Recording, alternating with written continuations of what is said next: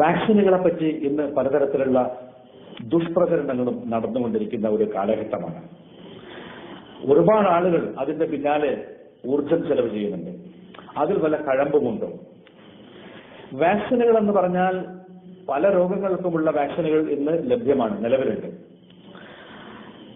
അതിൽ വളരെ റീസെന്റ് വന്ന പുതിയ പുതിയ വാക്സിനുകളെ പറ്റിയല്ല ഞാനിവിടെ പറയാൻ പോകുന്നത്. കാരണം അതിനെപ്പറ്റി ഇനിയും പല സ്റ്റഡികളും നടക്കേണ്ടിയിരിക്കുന്നു. എന്നാൽ ടൈം ടെസ്റ്റഡ് ആയിട്ടുള്ള പല വാക്സിനുകളുമാണ് നാഷണൽ ഇമ്മ്യൂണൈസേഷൻ പ്രോഗ്രാമിന്റെ ഭാഗമായി ഗവൺമെന്റ് സൗജന്യമായി PHC വഴിയായിട്ടും സ്കൂളുകൾ വഴിയായിട്ടും മറ്റും കുട്ടികൾക്ക് കൊടുത്തുകൊണ്ടിരിക്കുന്നത്. അതിനെപ്പറ്റിയാണ് ഞാൻ പറയുന്നത്. ഈ വാക്സിനുകളെല്ലാം തന്നെ അത് വളരെ ആവശ്യമുള്ളതും ഈ ഊതി വീർപ്പിച്ച് പറയുന്ന രീതിയിലുള്ള കോംപ്ലിക്കേഷനുകളോ അല്ലെങ്കിൽ അതിന് തകരാറുകളോ ഉള്ളതും അല്ല. വാക്സിനേഷൻ മൂലമാണ് പല രോഗങ്ങളും ഇന്ന് ലോകത്തുനിന്ന് കാണാതായിട്ടുള്ളത്. സ്മോൾ പോക്സ് പൂർണ്ണമായിട്ടും ഈ ലോകത്തിൽ നിന്നും ഇറാഡിക്കേറ്റ് ചെയ്ത് കഴിഞ്ഞു. നമുക്കറിയാം അത് വളരെ അപകടകാരിയായ ഒരു രോഗമായിരുന്നു. മരണത്തിലേക്ക് നയിക്കുന്ന അത്രയും സീരിയസ് ആയിട്ടുള്ള ഒരു രോഗമായിരുന്നു സ്മോൾ പോക്സ്. അത് വാക്സിനേഷനിലൂടെ ലോകത്തിൽ നിന്നും തുടച്ചു നീക്കപ്പെട്ടു. അതുപോലെ ഏകദേശം ഒട്ടുമിക്കവാറും തുടച്ചു നീക്കപ്പെട്ടിട്ടുള്ള ഒരു രോഗമാണ്, അതായത് ഇൻഷുറൻസ് വളരെ കുറയ്ക്കപ്പെട്ടുള്ള ഒരു രോഗമാണ് പോളിയോ. ഒരു 19 കൊല്ലം മുമ്പ് ധാരാളം ആളുകൾ പോളിയോ ബാധിച്ച് അംഗവൈകല്യമുള്ളവരായിട്ട് നമുക്ക് കാണാമായിരുന്നു. എന്നാൽ ഇന്നത്തെ ജനറേഷനിൽ അങ്ങനത്തെ സംഭവങ്ങളെ നമുക്ക് കാണാനില്ല. വളരെ കുറവാണ് ഇൻഷുറൻസ്. ഇതുപോലെ മറ്റു പല രോഗങ്ങളും, ഡിഫ്തീരിയ ഓൾമോസ്റ്റ് കാണാതായ രോഗമാണ്. ഇപ്പോൾ ചില സ്ഥലങ്ങളിൽ നിന്ന് വീണ്ടും പൊങ്ങി വരുന്നുണ്ട് വാക്സിനേഷന്റെ എടുക്കാത്തതിന്റെ പേരിൽ. അപ്പോ വാക്സിൻ എടുത്താലുള്ള ഗുണങ്ങളും എടുക്കാതിരുന്നാലുള്ള ദോഷങ്ങളും വെച്ച് നോക്കുമ്പോൾ എടുക്കാതിരുന്നാൽ അത് സമൂഹത്തിന് ഹാനികരമാണ്. പിന്നെ ഇതിനെപ്പറ്റി പലതരത്തിലും ഇതിന് ഒരുപാട് സൈഡ് എഫക്റ്റുകൾ ഉണ്ടെന്നും കോംപ്ലിക്കേഷനുകൾ ഉണ്ടെന്നും അത് കാരണം ഒരുപാട് മരണങ്ങളുണ്ടെന്നും എല്ലാം ഊതിപ്പെരിപ്പിച്ച കണക്കുകളാണ് പറയുന്നത്. ഒരു വാക്സിൻ എടുക്കുന്നത് വഴി 1-2 ദിവസത്തേക്ക് പനിയോ അല്ലെങ്കിൽ ഒരു വേദനയോ ഒക്കെ വരിക എന്നുള്ളത് സ്വാഭാവികമാണ്, അത് വരേണ്ടതുമാണ്. അത് വാക്സിൻ എഫക്ട് ചെയ്തു എന്നുള്ളതിനുള്ള തെളിവാണ്. പിന്നെ വാക്സിൻ കാരണം മരിച്ചു എന്നെല്ലാം പറയുന്നത് അതെല്ലാം പലപ്പോഴും അന്വേഷിച്ചു നോക്കിയപ്പോൾ ഇല്ലാത്ത കാര്യങ്ങളും അല്ലെങ്കിൽ മറ്റെന്തെങ്കിലും കാരണം കൊണ്ട് ഉണ്ടായ മരണങ്ങൾ ഇതിന്റെ പേരിലേക്ക് എഴുതുന്നതും ഒക്കെയാണ്. ഒരു പ്രാവശ്യം ചക്ക വീണപ്പോൾ മുയല് ചത്തു എന്ന് പറഞ്ഞതുപോലെ ചക്ക വീഴുമ്പോഴെല്ലാം മുയല് ചാവും എന്ന് പറയുന്നത് പോലെ അതുമായിട്ട് അസോസിയേറ്റ് ചെയ്യുന്നത് പോലെയുള്ള ഒരു കൂട്ടിപ്പറച്ചിൽ മാത്രമാണ്. പിന്നെ ഏറ്റവും കൂടുതൽ വാക്സിൻ വിരുദ്ധ പ്രവർത്തനങ്ങൾ ഏറ്റിട്ടുള്ളത് മുസ്ലിം സമുദായത്തിനെയാണ്. അത് ഇസ്ലാമിക വിരുദ്ധമാണെന്നും വിശ്വാസത്തിനെതിരാണെന്നും എല്ലാമുള്ള പ്രചരണങ്ങൾ നടക്കുന്നു. അതിൽ വല്ല കഴമ്പുമുണ്ടോ? ഞാൻ പല ഇസ്ലാമിക പണ്ഡിതന്മാരോടും മുഫ്തിമാരോടും മത നേതാക്കന്മാരോടും അന്വേഷിച്ചു. അതിനൊന്നും അത്തരം പ്രചരണങ്ങൾക്ക് ഇസ്ലാമിക വിരുദ്ധമാണെന്നുള്ള പ്രചരണങ്ങൾ വാസ്തവമല്ല. ഇസ്ലാമിൽ ഇതിന് ഒരു വിരോധവുമില്ല. മാത്രവുമല്ല, മുസ്ലിമീങ്ങളുടെ ഇടയിൽ ഇന്ന് പ്രചരിപ്പിക്കപ്പെടുന്ന ഒരു കാര്യമാണ് മോഡേൺ മെഡിസിൻ തന്നെ തെറ്റാണ് എന്നുള്ളത് ഈ രീതിയിലുള്ള പ്രചരണങ്ങൾ നടക്കുന്നു. പക്ഷെ അത് വളരെ കടുത്ത ഒരു തെറ്റാണ് എന്നും ഇസ്ലാം ശാസ്ത്രത്തിനെ ഒരു സപ്പോർട്ട് ചെയ്തിട്ടേ ഉള്ളൂ. ശാസ്ത്രത്തിന്റെ വളർച്ചയിൽ ഭാഗഭാക്കാവുകയേ ചെയ്തിട്ടുള്ളൂ. ആദ്യകാലഘട്ടത്തിലുള്ള മുസ്ലിം സമുദായമാണ് ശാസ്ത്രത്തിന്റെ പല മേഖലയിലുള്ള വളർച്ചകൾക്കും കാര്യമായ കോൺട്രിബ്യൂഷൻ കൊടുക്കുകയും കൂടെ നിൽക്കുകയും സപ്പോർട്ട് ചെയ്യുകയും ചെയ്ത ചരിത്രമാണ് ഉള്ളത്. മോഡേൺ മെഡിസിന്റെ വിഷയത്തിലാണെങ്കിൽ father of early modern medicine എന്ന് നമ്മൾ ഗൂഗിളിൽ സെർച്ച് ചെയ്താൽ കാണാം അവിസന്ന എന്ന് പറഞ്ഞ ഒരു ഭിഷഗ്വരനെ പറ്റി. ആരാണ് അവിസന്ന? അത് ഇബ്നു സീനയാണ്. അദ്ദേഹത്തിന് ഈ ശാസ്ത്രത്തിന്റെ വളർച്ചയിൽ സിഗ്നിഫിക്കന്റ് കോൺട്രിബ്യൂഷൻ കൊടുത്തയാളാണ്. അതുകൊണ്ട് ഒരിക്കലും ഇസ്ലാം മോഡേൺ മെഡിസിനോ സയന്റിഫിക് ട്രൂത്തുകൾക്കോ വാക്സിനേഷനോ ഒന്നും എതിരല്ല. പ്രചരിപ്പിക്കപ്പെടുന്നത് പോലെ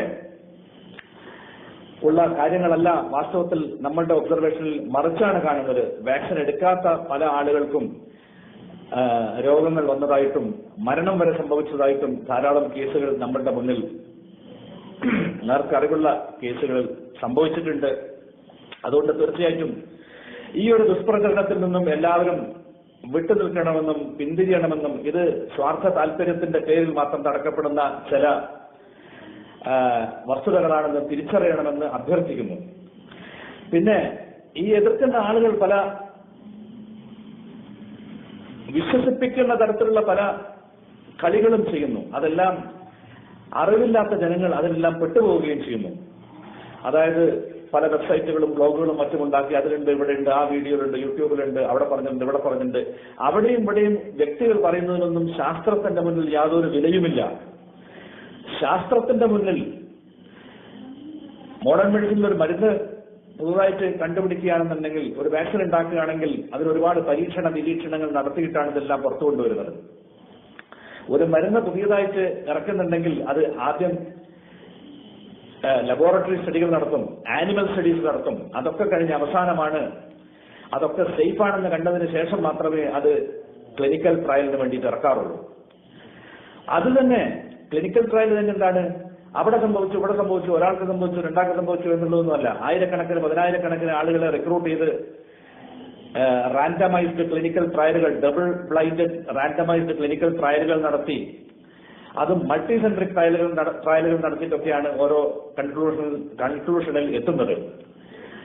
മൾട്ടി സെൻട്രിക് ട്രയലുകൾ മാത്രമല്ല, ലോകത്തിന്റെ പല ഭാഗത്തു നിന്ന് ഇൻഡിപെൻഡന്റ് ആയിട്ട് ഇൻവെസ്റ്റിഗേറ്റിംഗ് അതോറിറ്റികൾ നടത്തിയ സ്റ്റഡികൾ, അതിന്റെ പബ്ലിക്കേഷനുകൾ, അങ്ങനത്തെ മൾട്ടിപ്പിൾ പബ്ലിക്കേഷനുകളുടെ റിസൾട്ടുകളെ മെറ്റാ അനാലിസിസ് നടത്തിയിട്ടൊക്കെയാണ് ഒരു കൺക്ലൂഷനിൽ എത്തുന്നത്.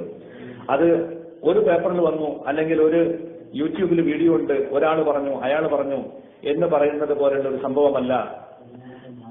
പതിനായിരക്കണക്കിന് ലക്ഷക്കണക്കിന് കേസുകളിൽ നിന്നും കിട്ടിയ അനാലിസിസ് റിപ്പോർട്ടുകളാണ് അവസാനം ഈ മെറ്റാ അനാലിസിസിലൂടെ നമുക്ക് കിട്ടുന്നത്. അത്തരം ഒരു സൂക്ഷ്മതയോടുകൂടിയുള്ള ഒരു സയന്റിഫിക് പ്രോസസ്സിലൂടെയാണ് ഇത്തരം റിസൾട്ടുകളെ കൊണ്ടുവരുന്നത്. ഇത് തീർച്ചയായിട്ടും മാനവകുലത്തിന്റെ നന്മയ്ക്ക് വേണ്ടിയിട്ടുള്ളതാണ്. ഇനി ഈ കോടതിയെ സമീപിച്ചു, കോടതി നിർബന്ധം ആക്കരുത് എന്ന് പറഞ്ഞു എന്നെല്ലാം പറയുന്നത് ചില ഗിമ്മിക്കുകളാണ്, ജനങ്ങളെ പറ്റിക്കാൻ വേണ്ടിയുള്ള ചില ഗിമ്മിക്കുകൾ മാത്രമാണ്. ഇത് കോടതിയെ സമീപിക്കേണ്ട കാര്യം തന്നെ ഉണ്ടായിരുന്നില്ല. സർക്കാർ ഒരിക്കലും ഇത് നിർബന്ധമാക്കിയിട്ടില്ല. എന്നിട്ട് വേണ്ടേ, നിർബന്ധമാക്കിയിട്ട് വേണ്ടേ കോടതി നിർബന്ധമാക്കരുത് എന്ന് കോടതിയിൽ ഓർഡർ വാങ്ങണമെന്ന്? നിർബന്ധമല്ലാത്തൊരു കാര്യത്തെ കോടതിയോട് സമീപിച്ചാൽ നിർബന്ധമാക്കരുതെന്ന് പറയും. നിർബന്ധമാക്കിയിട്ടൊന്നുമില്ല. അത് നിർബന്ധമാക്കാനോട്ട് സാധ്യവുമല്ല. ഒരു മെഡിസിനോ ഒരു ട്രീറ്റ്മെന്റോ ഒരു പ്രിവെൻഷനോ ഒരു വ്യക്തിയുടെ മേലും അടിച്ചേൽപ്പിക്കാൻ നമ്മുടെ രാജ്യത്ത് സാധിക്കുകയില്ല. ഒരു വ്യക്തിക്ക് ഒരു ട്രീറ്റ്മെന്റ് കൊടുക്കണമെങ്കിൽ അയാളുടെ കൺസെന്റ് ഉണ്ടെങ്കിലേ സാധിക്കൂ. ഒരു ഓപ്പറേഷൻ ചെയ്യണമെങ്കിൽ നമ്മൾ കൺസെന്റ് എഴുതി വാങ്ങും. മെഡിസിൻ കൊടുക്കുന്നുണ്ടെങ്കിൽ അത് അയാളുടെ കൺസെന്റോടുകൂടി മാത്രമേ കൊടുക്കാൻ പറ്റൂ. ഓപ്പറേഷനോ ഇഞ്ചക്ഷനോ ചെയ്യുമ്പോൾ നമ്മൾ കൺസെന്റ് എഴുതി വാങ്ങുന്നുണ്ട്. എന്നാൽ അല്ലറ ചില്ലറ മെഡിസിൻ കൊടുക്കുമ്പോൾ കൺസെന്റ് എഴുതി വാങ്ങാറില്ല. പേഷ്യന്റ് കയറി ഹോസ്പിറ്റലിലേക്ക് വന്നു എന്നുള്ളത് തന്നെ അയാളുടെ കൺസെന്റ് ആണ് എന്നതുകൊണ്ട് അത് ഇംപ്ലൈഡ് ആണ് ആ കൺസെന്റ്. അപ്പൊ കൺസെന്റ് ഇല്ലാതെ ഒരാൾ പറഞ്ഞാൽ എനിക്ക് ഈ മെഡിസിൻ വേണ്ട, എനിക്ക് ഈ ഇഞ്ചക്ഷൻ വേണ്ട, എനിക്ക് ഈ വാക്സിനേഷൻ വേണ്ട എന്നൊരാൾ തിരസ്കരിച്ചു കഴിഞ്ഞാൽ നിർബന്ധമായി കൊടുക്കാൻ അത് ഒരു ഡോക്ടർക്കോ ഒരു ഗവൺമെന്റ് ആശുപത്രിക്കോ ഭരണകൂടത്തിനോ ഇന്ത്യയിൽ അത് കഴിയുകയില്ല. കാരണം മനുഷ്യാവകാശമാണ് അത് അനുവദിച്ചു കൊടുത്തിരിക്കുന്നത്. അത്രയും ഒരു വലിയ വിശാലമായ മനുഷ്യാവകാശം നൽകപ്പെട്ടിട്ടുള്ള ഒരു രാജ്യമാണ് നമ്മുടെ രാജ്യം. അതുകൊണ്ട് അത് കോടതിയിൽ പോയി അതിനുള്ള അനുവാദം വാങ്ങി നിർബന്ധമാക്കരുതെന്ന് വാങ്ങി എന്നെല്ലാം പറയുന്നത് വെറും ഗിമ്മിക്കുകളാണ്. അത് ആഘോഷിക്കുന്നവർ ഒന്ന് അത് മനസ്സിലാക്കിക്കൊള്ളട്ടെ എന്ന് പറഞ്ഞ് ജനങ്ങളെ വിഡ്ഢിയാക്കുകയാണ് ഇത്തരം ആളുകൾ ചെയ്യുന്നത്. എന്തോ വലിയൊരു കാര്യം സംഭവിച്ചു എന്ന് പറഞ്ഞ് ജനങ്ങളെ വിഡ്ഢിയാക്കുകയാണ് ചെയ്യുന്നത്. പിന്നെ കൺസെന്റ് കൊടുക്കുന്നതിലൊരു വിഷയം, ആർക്കും വാക്സിൻ വേണ്ട എന്ന് പറയാൻ അവകാശമുണ്ട് എന്ന് വെച്ചിട്ട് സ്വയം വേണ്ട എന്ന് പറയുന്നത് ഒരു സമൂഹത്തോട് ചെയ്യുന്ന വെല്ലുവിളിയാണ്. തനിക്ക് ഒരുപക്ഷെ വാക്സിൻ എടുത്തതുകൊണ്ട് എടുത്തില്ലെങ്കിലും ഒരുപക്ഷെ രോഗം വന്നുകൊള്ളണമെന്ന് നിർബന്ധമില്ല. ഇനി വാക്സിൻ എടുത്താൽ വരാതിരിക്കാനുള്ള സാധ്യത കൂടുതലാണ്. അഥവാ വരികയാണെങ്കിൽ അതിന്റെ ഇന്റൻസിറ്റി വളരെ മൈൽഡായിരിക്കും. അതിൽ നിന്ന് മാറാനും രക്ഷപ്പെടാനും അതിന്റെ കോംപ്ലിക്കേഷൻസ് ഇല്ലാതിരിക്കാനുമുള്ള സാധ്യത കൂടുതലാണ്. അപ്പോ രോഗമെടുത്ത ഒരാൾക്ക്, വാക്സിനേഷൻ എടുക്കാത്ത ഒരാൾക്ക് അയാൾക്ക് രോഗം വന്നാൽ ആ അപകടത്തിൽ അയാൾ പെടും. ഇനി അഥവാ രോഗം വന്നില്ലെങ്കിലും അയാൾക്ക് കാരിയറായിട്ട് ആക്ട് ചെയ്യാൻ കഴിയും. അയാൾ ഈ രോഗത്തിന്റെ അണുവിനെ സംരക്ഷിക്കുന്ന ഒരു കാരിയറായിട്ട് മറ്റുള്ളവർക്ക് പകർന്നു കൊടുക്കുന്ന ഒരാളായിട്ട് അയാൾ ആക്ട് ചെയ്യപ്പെടും. അത് സമൂഹത്തോട് ചെയ്യുന്ന ദ്രോഹമാണ്. സ്മോൾ പോക്സിനെ എങ്ങനെ തുടച്ചു നീക്കിയോ അതുപോലെ മറ്റുള്ള അണുജീവികളെയും തുടച്ചു നീക്കാൻ വേണ്ടിയിട്ടാണ്, അങ്ങനെ എല്ലാവർക്കും ഇമ്മ്യൂണിറ്റി ഉണ്ടാക്കാൻ വേണ്ടിയിട്ടാണ് ഈ നിരന്തരമായ പരിശ്രമങ്ങൾ നടന്നുകൊണ്ടിരിക്കുന്നത്. അതിന് റബലായി ഒരാൾ നിൽക്കുകയാണ് എങ്കിൽ അയാൾക്കതിന് നമ്മുടെ രാജ്യത്തെ നിയമപ്രകാരം അവകാശമുണ്ടെങ്കിലും ശരി, അയാൾ മനുഷ്യകുലത്തിനോട് ചെയ്യുന്ന ദ്രോഹമാണ്. കാരണം അയാൾ ആ രോഗാണുവിന്റെ കാരിയറായിട്ട് നിൽക്കാനും അത് മറ്റുള്ളവരിലേക്ക് പകർന്നു കൊടുക്കാനും മറ്റുള്ളവർക്ക് ജീവഹാനിയോ അല്ലെങ്കിൽ അംഗവൈകല്യമോ അല്ലെങ്കിൽ കാര്യമായ രോഗങ്ങളോ ഉണ്ടാവാൻ താൻ കാരണക്കാരനാവാനും അത് വഴിയാണ്. അതുകൊണ്ട് മറ്റുള്ളവർക്ക് ഉപകാരം ചെയ്യാൻ കഴിഞ്ഞില്ലെങ്കിൽ ശരി, താൻ ദ്രോഹം ചെയ്യരുത് എന്നുള്ള, മറ്റുള്ളവർക്ക് ദ്രോഹമായി തീരരുത് എന്നുള്ള ആ ഒരു ചെറിയ ലക്ഷ്യമെങ്കിലും നമ്മൾക്ക് എല്ലാവർക്കും ഉണ്ടാവണം എന്ന് ഞാൻ ഓർമ്മപ്പെടുത്തുന്നു. അതുകൊണ്ട് ഈ വാക്സിനേഷനുകൾ തീർച്ചയായിട്ടും സർക്കാർ നൽകുന്ന ഈ വാക്സിനേഷനുകൾ നമ്മൾ എടുക്കേണ്ടതാണ്, അത് പ്രോത്സാഹിപ്പിക്കപ്പെടേണ്ടതാണ്. അതിന് എതിര് നിൽക്കുന്ന മനുഷ്യകുല ദ്രോഹികളായി നമ്മൾ മാറരുത് എന്ന് ഞാൻ അഭ്യർത്ഥിച്ചുകൊണ്ട് നിർത്തുന്നു.